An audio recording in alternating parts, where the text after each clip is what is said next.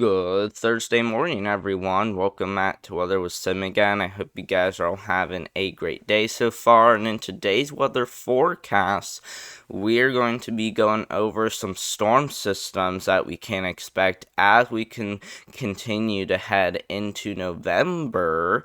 But during the same time, though, we are going to continue to watch Rafeal, as Rafeal is still continuing to be a hurricane by this point, and it has just made landfall in Cuba as a Category 3 hurricane. So that's definitely quite record breaking for this time of year, as it is very rare that we really do see hurricanes that strong this time of year in November. But this we are going to continue to track Raphael, like I said, and we will see where it may go next. But so we'll also be tracking some storm systems too as well during the same time. So make sure to be on the lookout if you do live across the central and eastern United States. But don't forget to like, subscribe, and leave any questions, comments, or concerns that you have down below. You guys can leave anything down below as long as it's respectful, and I will get to those right after today's weather forecast. But let's first go ahead and take a look at the overall tropics. And as you guys can see, we do have in one area of development still around. This one is a pretty low chance of development as of right now. We're only talking around 20% chance of development as of right now, so obviously not the worst, but it's definitely an area to continue to keep an eye on, as this may bring a little bit of shower and thunderstorm activity to parts there of the Caribbean.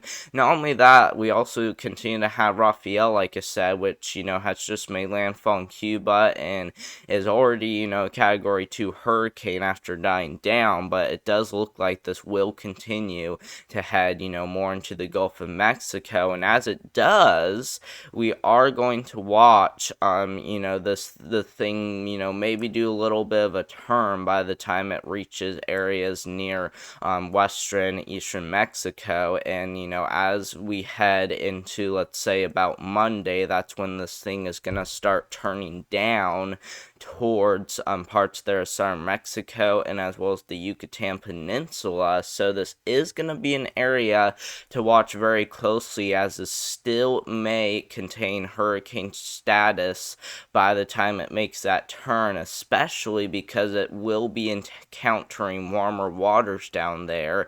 It just may be interacting with a little bit of dry air down there, but other than that, this thing could definitely, like I said, still contain hurricane status by the time it does reach on that area. So we will need to continue to keep an eye on it very closely.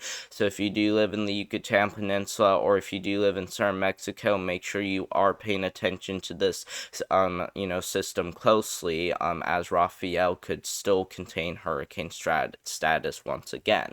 Let's now go ahead and look at the intensity guidance, and models do show potentially containing hurricane status by the time it gets close there to the Yucatan Peninsula, and as well as portions there of southern Mexico, because some are showing that it will die down, but then it will strengthen once again as it may be encountering some warmer waters. So we will need to continue to keep an eye on this very closely, especially as it continues to make its way down there. So once again, make sure you are paying attention to Rafael very closely, especially if you do live down there in southern Mexico or even the Yucatan Peninsula. So make sure to do that before things may start to ramp up.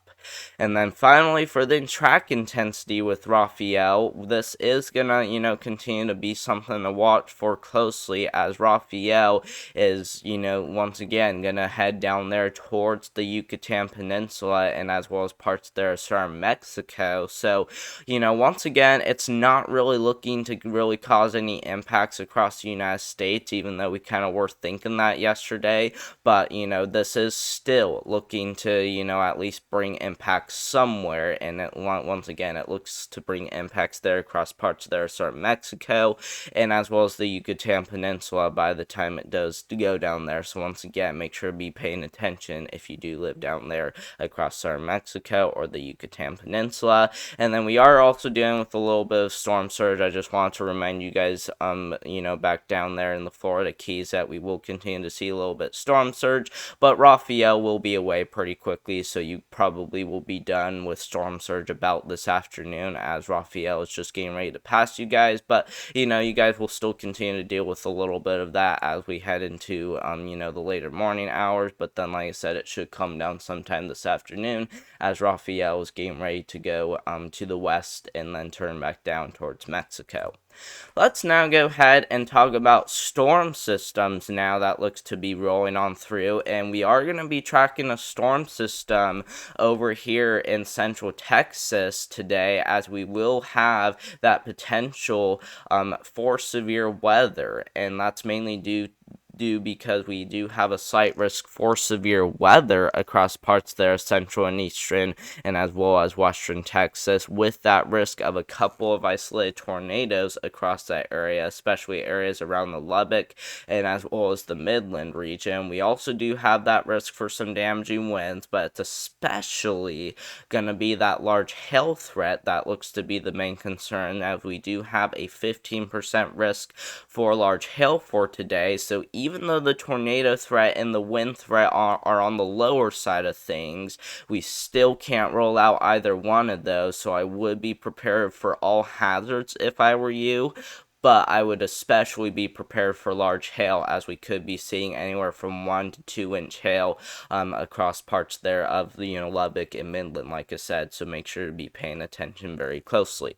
And then finally, for tomorrow, we will continue to watch tomorrow closely, as that severe weather will continue into Texas, which should be the last day of severe weather with that storm system. And that storm system looks to die down a little bit, which may only bring a marginal risk for both tornadoes, damaging winds, and as well as large hail. So it may not be as high as today as we head into tomorrow, but if those ingredients can ramp back up tomorrow, then we may be seeing that upgrade to a slight risk for severe weather. But as of right now, it's just looking marginal for all hazards. But like I said, I would still be prepared for all hazards if I were you, as all of these could still occur and all of them aren't rolled out.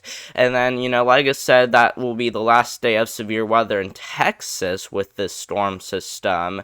And that storm system won't really be bringing a whole lot of severe weather, at least from what we know so far, but will still bring that risk for a couple of thunderstorms as we head into the weekend, mainly across the mid and lower Mississippi valleys. So this is once again still going to be something to watch very closely for, as that potential for thunderstorms will still exist with that storm system. But like I said, though, this storm system is going to be done bringing severe weather to Texas, fortunately, as we head into the weekend. So let's just hope, that the storm system won't be as strong, but we will still continue to keep an eye on it as we head into the weekend. Now, let's go ahead and look at the excessive rainfall outlook, because not only will we be dealing with severe weather across parts there of central Texas today, but we'll also have that risk for flash flooding across parts there of central Texas and as well as into parts there of southwest Oklahoma. So once again, we are going to continue to keep an eye on this area very closely, not only for that potential of severe weather, but also for flash flooding. So make sure to be paying attention if you are in southwest Oklahoma or all the way back down towards Lubbock and Midland. But we will also need to be watching down here towards the southern Carolinas, and I didn't mean to say southern, I meant to say South Carolina, and as well as into parts there of eastern Georgia will be on high alert, for that potential of flooding, as well as those showers and thunderstorms that came off Rafeal are still continuing to persist across that area. But you guys should be done pretty soon, though, as Rafeal is continuing to die down. Now, let's go ahead and look at tomorrow, and as you guys can see, that flash flood potential will be over across the Carolinas heading into Georgia as we head into tomorrow, but will still continue to persist across southern Kansas, back into central and western Oklahoma, and as well as into northern and central Texas. So a pretty big area to continue to watch for. And like I said, not only will we be dealing with that severe weather potential, but areas farther to the north, tomorrow will have that potential of flash flooding. So even if you're not under the gun for minor severe weather, you should still be on high alert for flooding, especially because, areas farther to the north, like southern Kansas, like I said, will be at risk for some, flooding and as well as some excessive rainfall. So make sure you are paying attention tomorrow for flooded roadways and, of course, turn around and don't drown. Don't try to risk it. Make sure to take that very seriously tomorrow, as that potential will continue to be there.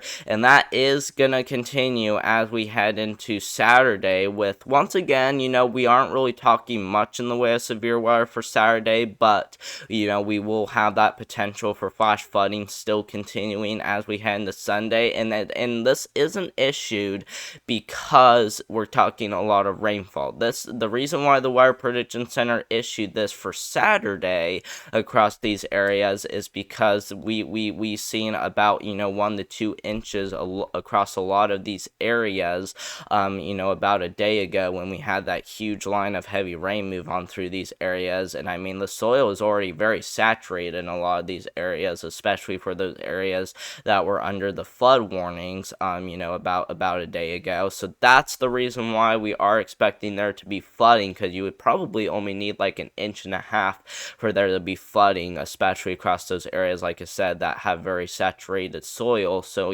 make sure to be paying attention. So even if you don't get, 2 inches of rain, 1 inch of rain could definitely cause a little bit of flooding, especially for those areas, like I said, that have already seen a lot of rainfall in this area. And, that will be as we head into the weekend, like I said. So make sure to be paying attention across, extreme southern Illinois, western Kentucky, southern Missouri, a pretty good portion there, central and eastern Arkansas, western Tennessee, back into northern and western Mississippi, and as well as northern Louisiana. So make sure to be paying attention to that as we head into the weekend. And then finally for Sunday, that flash flood potential does die down, but we still can't rule out a little bit.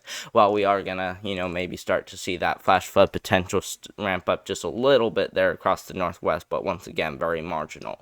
Let's now go ahead and take a look at the 6 to 10 day outlooks, and as well as the 8 to 14 day outlooks. Starting off with the 6 to 10 day outlooks on both temperatures and precipitation. And as you guys can see, we do expect there to be well above average temperatures across the eastern United States as we head from November 12th all the way to November 18th. We will need to keep an eye on it very closely, as we will, have that potential once again for well above average temperatures. We will be a little bit below average across the west, but, that area is, have always been seen below average temperatures, so we're not really too concerned about that area. But not only that, we can also expect there to be above average precipitation across much of the United States as we head from November 12th through November 18th, once again, including the northwest, which looks to be the highest, which looks to be the area to see the highest chance of above average precipitation by the time we head into, November 12th through November 18th. So, we will need to continue to watch more of those storm systems, which, will bring that potential for above average precipitation. And same goes as we head into the 8 to 14 day outlooks. This is going to be anywhere from November 14th through November 20th, which once again, above average temperatures likely across the east. Not as high as a chance, but still enough to cause, some above average temperatures across much of the eastern United States. And same with the western United States, not as high as a chance of below average temperatures, but that is still going to be something to watch for as we head towards mid-November. And then for the precipitation, we will continue to see that above average precipitation chance persist across much of the United States, as we are going to continue to track more storm systems by the time we head into the middle of November, like I said. So we will continue to watch that area very closely, and once again, make sure to be paying attention to these storm systems, as, a lot of these could really bring that potential for, flooding, severe weather, and perhaps, even a huge uptick in flooding. So we will need to continue to watch that very closely. But thank you guys very much for watching. I hope you guys did enjoy today's weather forecast. If you guys would like to stay tuned for more weather updates on Weather with Sim, make sure to go down below and click that subscribe button. We will continue to keep you guys updated with the latest on Hurricane Rafeal as it does make its way down there towards Mexico and as well as the Yucatan Peninsula. But also make sure to to subscribe so that way we can keep you guys updated with the storm systems that are also expected to roll on through. But also don't forget to leave a like too as well. Those help out more than you know. And of course, leave any questions, comments, or concerns that you guys have down below. You guys can leave anything down below as long as it's respectful. And I hope you guys all have a great Thursday, and we will see you in the next one. Goodbye. Ooh.